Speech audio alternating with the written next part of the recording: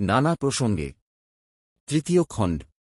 প্রশ্নকর্তা প্রশ্ন করলেন, আপনি তো ব্রহ্মকে বললেন চরম বা চূড়ান্ত উপাদান, তাহলে তার আবার স্তর বা পর্যায় কিভাবে হয়? শ্রী শ্রী ঠাকুর বললেন, ধরুন রসায়নবিদরা গাছপালা, পাতা, শিকড় থেকে অ্যালকালয়েড বের করেন। অ্যালকালয়েড পুরোপুরি আলাদা করার অনেক আগে থেকেই তার পরীক্ষায় ফল ধীরে ধীরে স্পষ্ট হতে থাকে। এভাবে শেষ পর্যন্ত পুরো অ্যালকালয়েড আলাদা করা হয়, অবশ্য যতটা রসায়নবিদের জানা ও ধরার ক্ষমতা আছে সেইভাবে। আবার সেই পুরো অ্যালকালয়েডকে বিশ্লেষণ করতে গেলে তার ভিতর থেকে আরও অনেক রকমের অ্যালকালয়েড বেরিয়ে আসতে পারে। ঠিক এইভাবেই বোঝো। প্রশ্নকর্তা প্রশ্ন করলেন, দুটি কথা আছে, মুক্তি আর উদ্ধার। আপনার কাছে অনেকেই মুক্তি বা উদ্ধার চাইতে আসেন, কিন্তু জিজ্ঞাসা করলে তাঁরা নিজেরাও ঠিক বলতে পারেন না যে আসলে তাঁরা কি চান। এর মানে কি?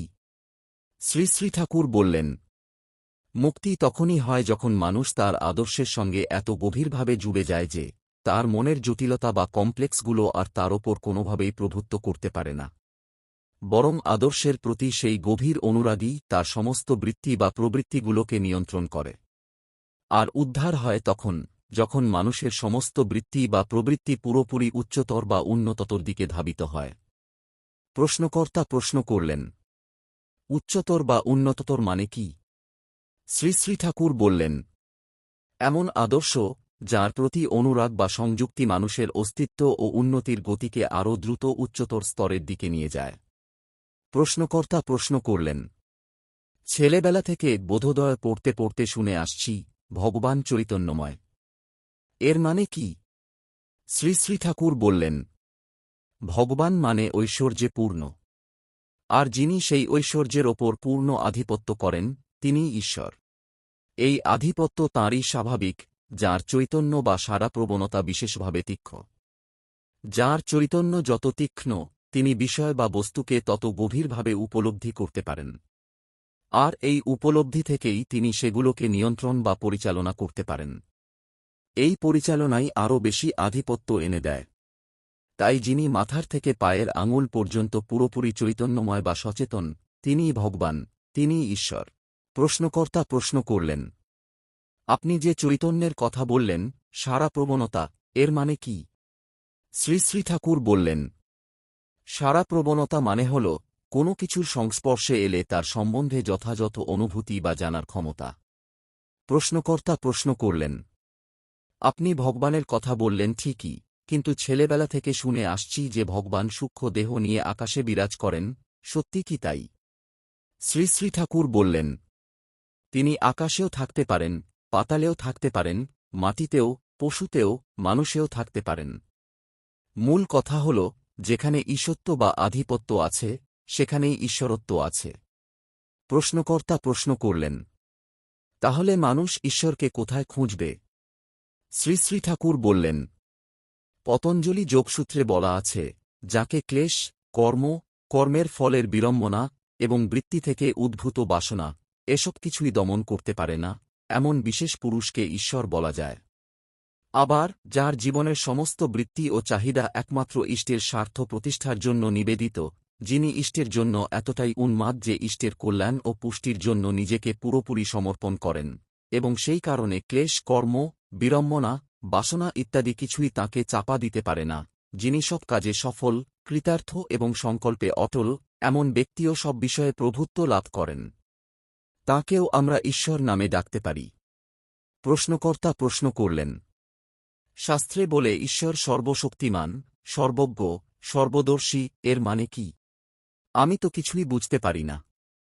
শ্রী শ্রী ঠাকুর বললেন, তাহলে এভাবে বুঝুন, যিনি নিজের ভূত, প্রকৃতির উপাদান বা বিষয়ের ওপর পূর্ণ আধিপত্য করতে পারেন, তিনিই সেই সব বিষয় সম্বন্ধে সবচেয়ে ভালোভাবে জানেন, সবচেয়ে ভালোভাবে দেখেন এবং আধিপত্যের কারণে সৃষ্টি, স্থিতি ও লয় করতে পারেন।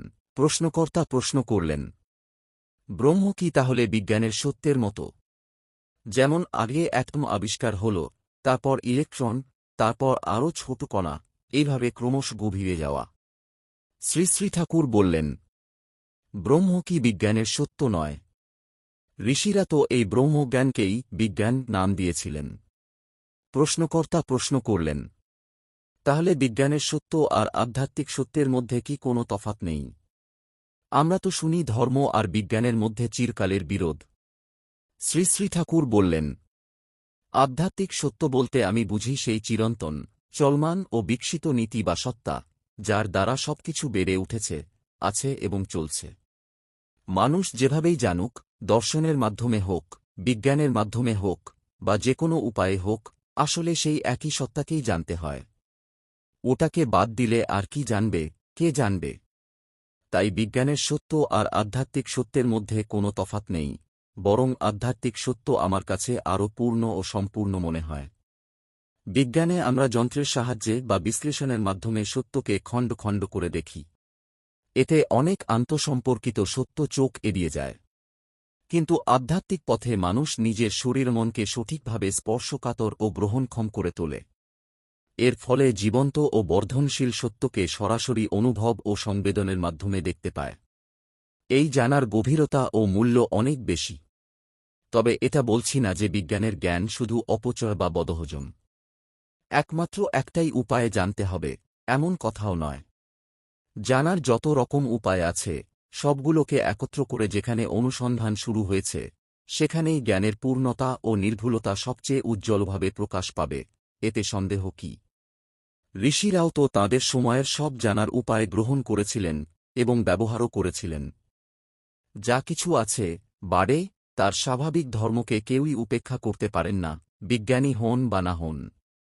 তাই যাঁরা বলেন ধর্ম আর বিজ্ঞানের মধ্যে চিরবিরোধ, তাদের আমি হামবড়া, অহংকারী, একগুঁয়ে ও অজ্ঞ বলেই মনে করি। আপনারা কি বলেন? প্রশ্নকর্তা প্রশ্ন করলেন। তাহলে একটা কথা, ব্রহ্ম আর ঈশ্বরের সম্পর্ক কি? ঈশ্বরও তো ব্রহ্ম বা আত্মা, নিশ্চয়ই। আপনি তো বলেন, যখন সবকিছুতে ইষ্টের উদ্ভাস ঘটতে থাকে, তখন থেকেই ব্রহ্ম জ্ঞান শুরু হয়।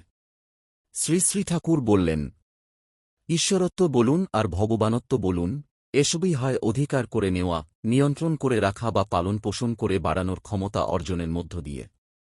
তার মানে হল, দর্শনের মাধ্যমে জ্ঞান লাভ করে, পালন পোষণের কাজে জীবনের বৃদ্ধির জন্য তা অপরিহার্য করে তোলা। কথা হল এই অর্জনের মাধ্যমে জ্ঞানকে স্বভাবের অবিচ্ছেদ্য অংশ করে নেওয়া, যাতে সেই জ্ঞানের প্রভু হয়ে, প্রয়োজনমতো তা সত্তার উন্নতিকর কাজে আর উপভোগে স্বেচ্ছায় ব্যবহার করা যায়। আর ব্রহ্ম, আত্মা ইত্যাদি হল অনুভবের মাধ্যমে বোঝা যায় এমন জিনিস, যা বিস্তারিত জানলে, যা কিছু জানা যায়, তা স্বেচ্ছায় নিয়ন্ত্রণ করে আধিপত্য লাভ করে ঈশ্বরত্বে পৌঁছে, ঐশ্বর্যপূর্ণ বা ভগবত্তায় উন্নীত হওয়া, এটাই তো ব্যাপারটা। মনে করুন, আপনি আপনার ইষ্টের প্রতি এতটাই অটুট আর প্রাণপণভাবে আকৃষ্ট ও আগ্রহী যে, তাঁকে তুষ্ট করতে, পুষ্ট করতে আর তাঁর ইচ্ছাগুলো পূরণ করতে আপনি এত উদ্দীপ্ত, যাতে দুনিয়ার প্রত্যেকটা জিনিস যা আপনার ইন্দ্রিয়ের গোচরে আসছে, সবকিছুকে যথার্থভাবে বিশ্লেষণ করে, নিয়ন্ত্রণ করে, সামঞ্জস্য ও সমাধানের মাধ্যমে আপনার ইষ্টকে, যাকে আপনি সবচেয়ে প্রিয় মনে করেন, পূর্ণতা না দিয়ে আপনি থাকতে পারেন না। এই চেষ্টা থেকেই দুনিয়ার প্রতিটি জিনিসকে আপনি গভীরভাবে বোঝার চেষ্টা করেন, বিচার বিবেচনা করে নিয়ন্ত্রণে আনেন এবং ইষ্টের অনুকূলে তৃপ্তিদায়কভাবে পূরণ করেন, পোষণ করেন। এভাবেই আপনি ইষ্টকে ক্রমাগত বর্ধনশীল করে তুলছেন, আর এটাই আপনার সুখ, তৃপ্তি, আনন্দ এবং স্বার্থ। এই কাজ করতে গিয়েই আপনার বাস্তব জ্ঞান বাড়তে থাকে, যাতে আপনি জগতের বস্তুগুলোকে যথাযথভাবে নিয়ন্ত্রণ করতে পারেন। এই প্রক্রিয়ার মধ্য দিয়েই ধীরে ধীরে আপনি ব্রহ্ম ও আত্মার অনুভূতিতে পৌঁছে যান। যখন আপনি জগতের প্রতিটি জিনিসকে ইষ্টের স্বার্থ, পুষ্টি ও প্রতিষ্ঠার আকুল চাহিদার দৃষ্টিতে দেখতে শুরু করেন, নিয়ন্ত্রণ করেন, সামঞ্জস্যে এনে ইষ্টের বৃদ্ধি ও পুষ্টি সাধন করেন, তখন প্রতিটি জিনিস আপনার চেতনাকে সাড়া দিতে থাকে। এই সাড়ার প্রতিটি থেকে আপনার অন্তরে সর্বক্ষণ ইষ্টের স্ফূর্তি জাগতে থাকে।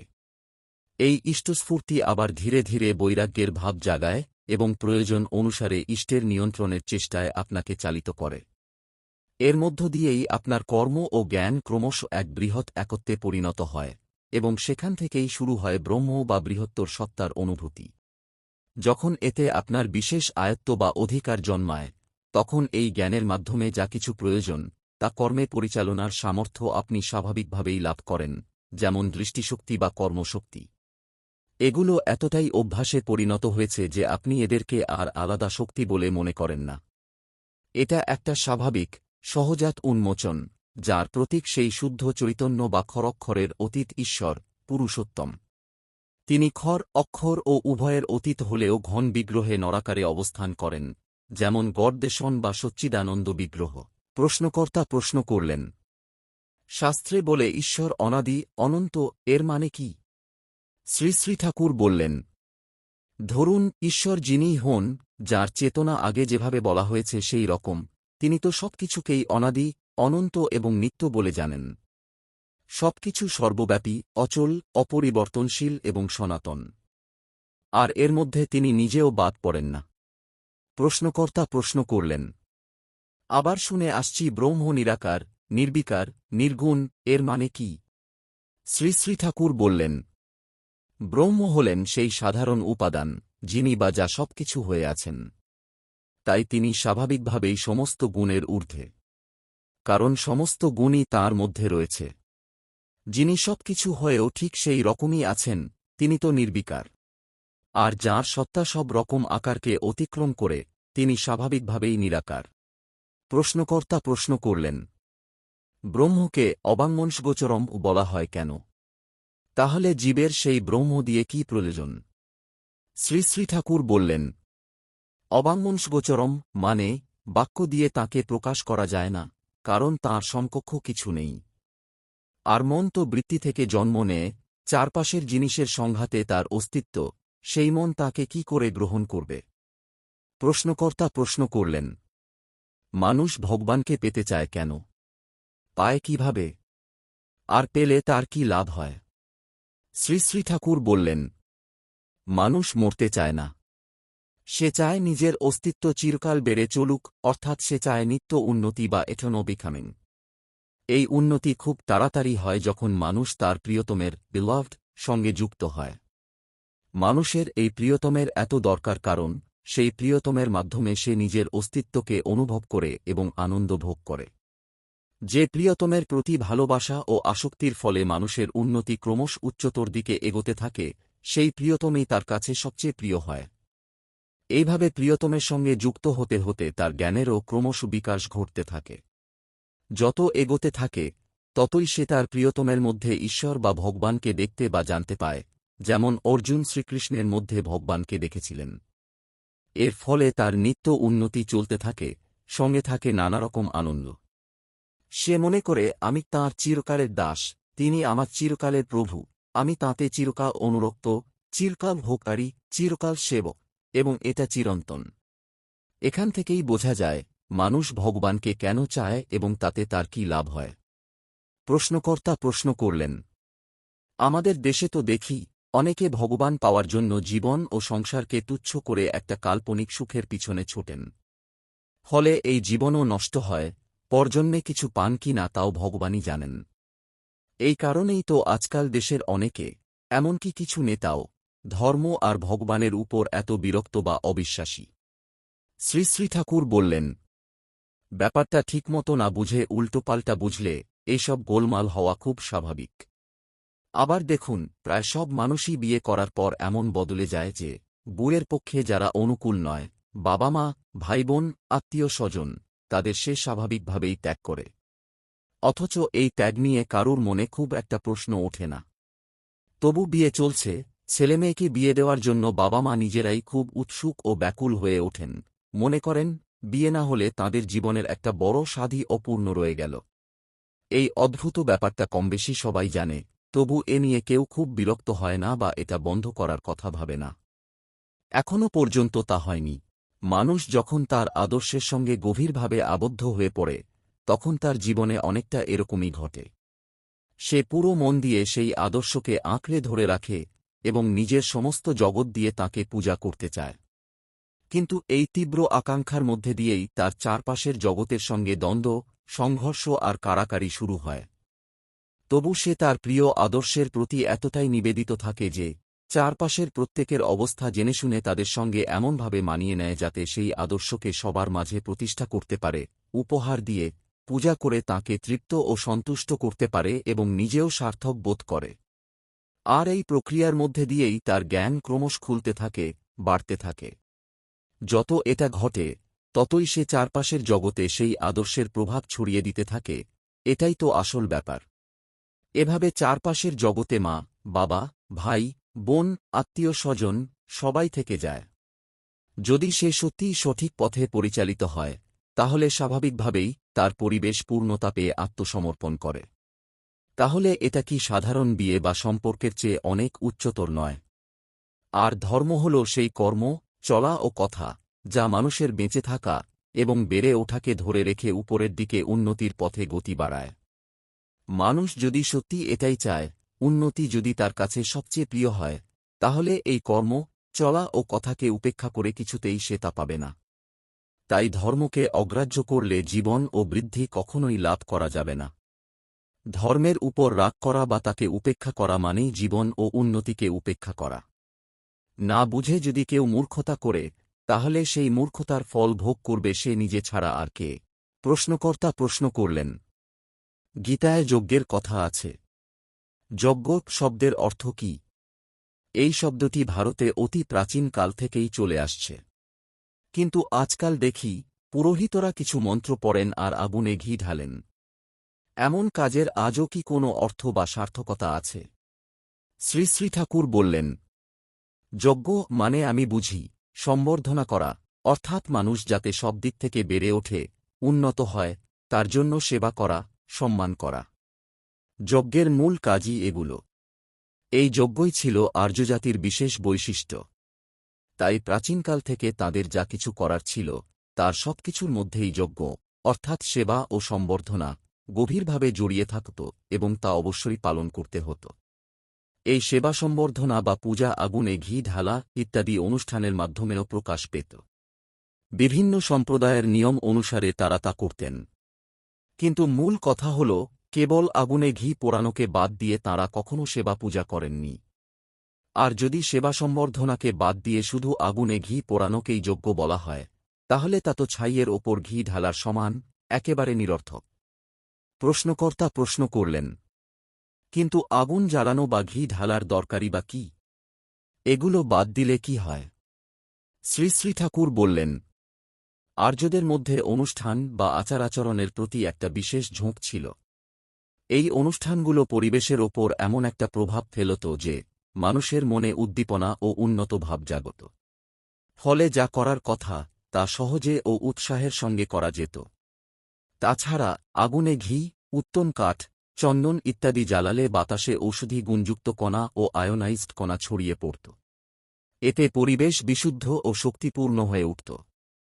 যারা সেখানে উপস্থিত থাকতেন, তারা শারীরিকভাবে উজ্জীবিত হতেন এবং রোগব্যাধি থেকেও অনেকটা রক্ষা পেতেন। সব মিলিয়ে দেখা যায়, তাদের প্রায় সব কাজই ছিল মানুষের বেঁচে থাকা ও বেড়ে ওঠাকে সেবা ও সম্বর্ধনা করার জন্য। তাই তৎকালীন সময় ও পরিস্থিতি অনুযায়ী যা উপযোগী মনে হতো তাই করতেন। এখানে কিছু বাদ দেওয়ার প্রশ্নই ওঠে না।